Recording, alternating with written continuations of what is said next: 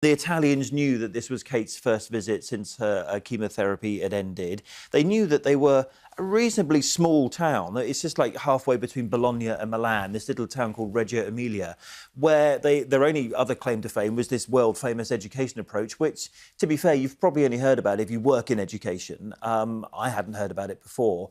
But they were just so happy that Kate was coming to their town to see them. Mm.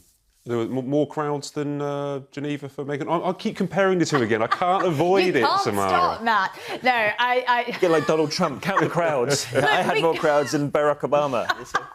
We can't not mention the fact that there was massive virality in the fact that there weren't many people that showed up to Meghan's Geneva speech, or at least from the photos that we saw. And then we have, friend of the show, Tom Sykes, also writing an article about, among many things, also her use of her children on social media. Yeah, what do you think about that? Well, she obviously posted a photo of her child on social media and then the next day went and did a speech about the dangers of children on social media.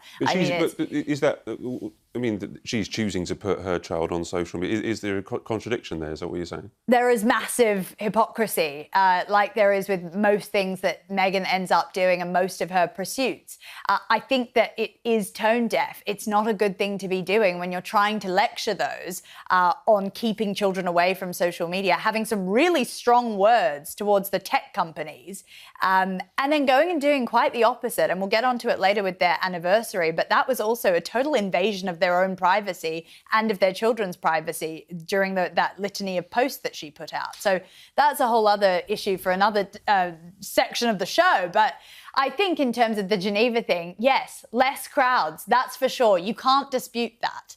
Meghan did not pull as many people. I have a view about putting your kids on social media.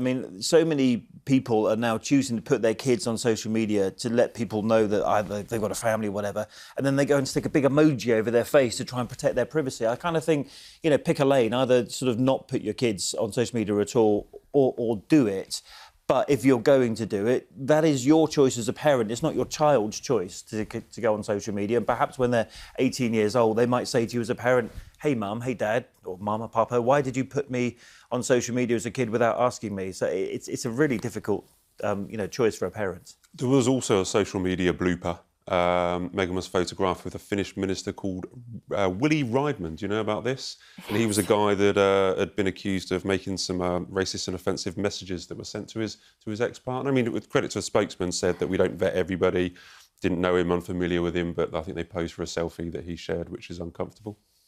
Yeah, I think that's difficult. I've got to be a little easy on Meghan and her team on this one, because you can't control who you take selfies with. I don't think, it would have then been another story if she'd gone and denied him a photo and, acted too big for her boots. I'm not sure what you think, look Chris, at all the selfies that Kate was taking in Reggio Emilia in Italy. You don't know what every single one of those people, what their background is. That's just pretty unfortunate, I think. Nothing can beat Uncle Andy and his amazing photo history. Not, Andrew is just, if you're like, oh, Meghan's got one photo, weird selfie with someone, you can't really, there's a bit of a double standard. Let's get away with that one. Let's give us some benefit of the doubt. Chris, I'm not massively into conspiracy theories, and right. in this job you hear things and you can fall down some dark holes, but I am slightly suspicious. I was actually having an Aperol Spritz in Italy, and I was having a chat with some people, and I was slightly suspicious that Harry released, who had wrote for the New Statesman about anti-Semitism the day that the King arrived at Golders Green, which I think you were there, Samara, when the King was there. I was, yeah. And also, you were in Ukraine. Harry's speech in Ukraine was not opposed by the palace, and it felt almost like it was something the King would 100% support.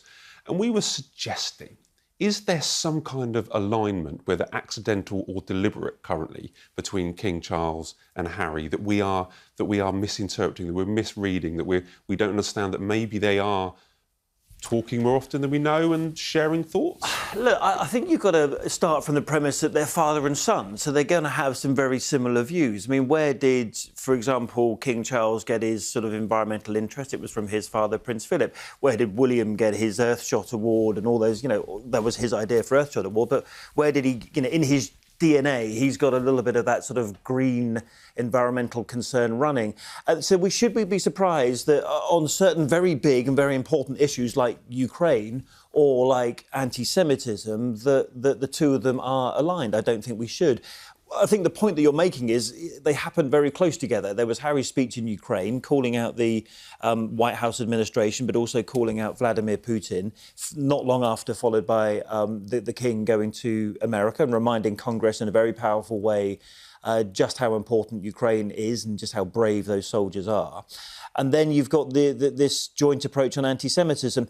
Look, the King's visit to Golders Green in North London, where there was that attack, was not pre-announced. Harry had to write his article for a New Statesman that prints on a Tuesday, and just happened that the online article arrived on the same day.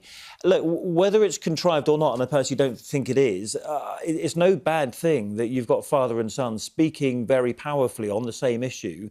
And I know that it's Harry's view is, OK, yeah, I live in California, I don't have a dog in the fight, but also I'm someone with a global platform, and if there's something to say when there is injustice and anti-Semitism going on, I feel like it's my place to say it. So the point is, many of his messages recently have been timed at coincidental occasions, and also the lines that he's been using, Samara, are very much something that King Charles would agree with. That's my perception, particularly with Ukraine, particularly the anti-Semitism.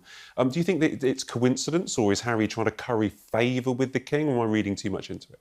No, I think it's a really interesting theory and definitely something that has legs to it. I think that the question is also who is pushing who in this regard. You know, is it the King pushing Harry or Harry pushing the King? Because some of the instances have happened one before the other. I think that it's all fine and dandy while everyone's agreeing with each other and while everyone's on message. But where I do see an issue developing is if Harry was to come out and say, because, you know, these New Statesman articles and speeches in Ukraine, I'm just taking a wild guess, but they're not checked over by the royal family or the palace. Yeah, which is totally fine. But if we then see Harry as a sort of an appendage of the royal family again, but then there's no control over what he's saying, what if he then goes and says something deeply political that is divisive, and then that causes issues? Which makes me want, and I don't want to go down these conspiracy type shows, but that does. I'm going to go there. Hat on, Matt. It starts to make me think. Maybe the Aperol spritzes were too strong. I don't know. How many did you have? I can't remember. But it starts to make me think: is there some kind of deliberate alignment between father and son that we're unaware of? Well, we know that Harry really does want his father, and I don't think he's ever going to get his brother there, but he wants his father to attend the Invictus Games in Birmingham next year. Right. And he's going to come over to the UK, as he normally does, for the year to go. So we got a visit coming up from Harry in the not-too-distant future. And therefore, I mean, everything that Harry said about Ukraine, I must admit, I was standing in that conference hall in Kyiv. And tell us what it was like. I was surprised. I thought that the speech might be a little bit dry, but it turned out to be anything but. You know, calling out the White House administration. Every time Harry leaves America, he's always got the potential issue of Donald Trump cancelling his return to America. And yet, whilst he didn't call out Donald Trump by name, he did talk about American leadership. And what else do you mean by American leadership? Of course, you mean the White House. So, listen, the visit to Ukraine, we know how much that means to Harry. When you've got the Invictus Games and helping people who have, you know, so many soldiers from Afghanistan campaign, in the UK case, who've lost limbs, you've got something like 90,000 people with serious injuries, including lost limbs, in Ukraine. 90,000. And that's why Harry wants to take the Invictus Games so seriously in Ukraine as he does. I thought he was very relaxed on that visit. He travelled in on an overnight train. It's the only way that you can get into Kyiv, and it's not the first time he's been there. But and he also followed in his mother's footsteps by walking through a sort of minefield with the Halo Trust. I thought it was actually where he wants to be, and I think he's very at home when he's with people from his own community, with the ex-military, when he's doing something like that. That's Harry's sweet spot. And I think Ukraine really was something that you could just tell he wanted to do, and he wanted to be there. No, I completely agree. When you actually see him on his own doing those kind of things, closely connected to Invictus, It's just so much more comfortable that when you see him do other things. Chris, could you see him? We talk about Invictus Games here. I think these dream is to the King to appear at Invictus Games possibly next summer, not the year out event this year. I think that's too soon.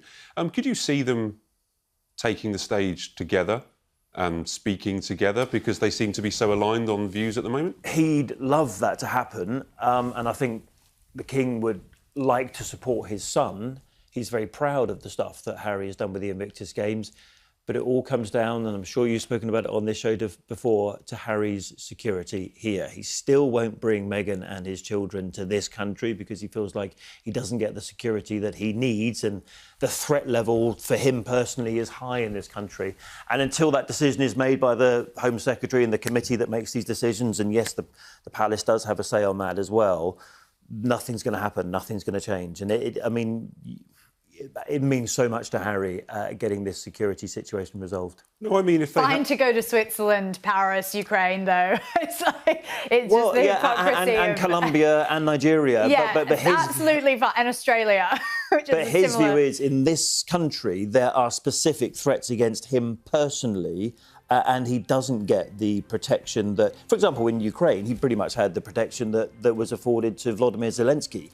He doesn't get that when he comes here. And his issue is that he is a bigger target in this country than in other countries around the world.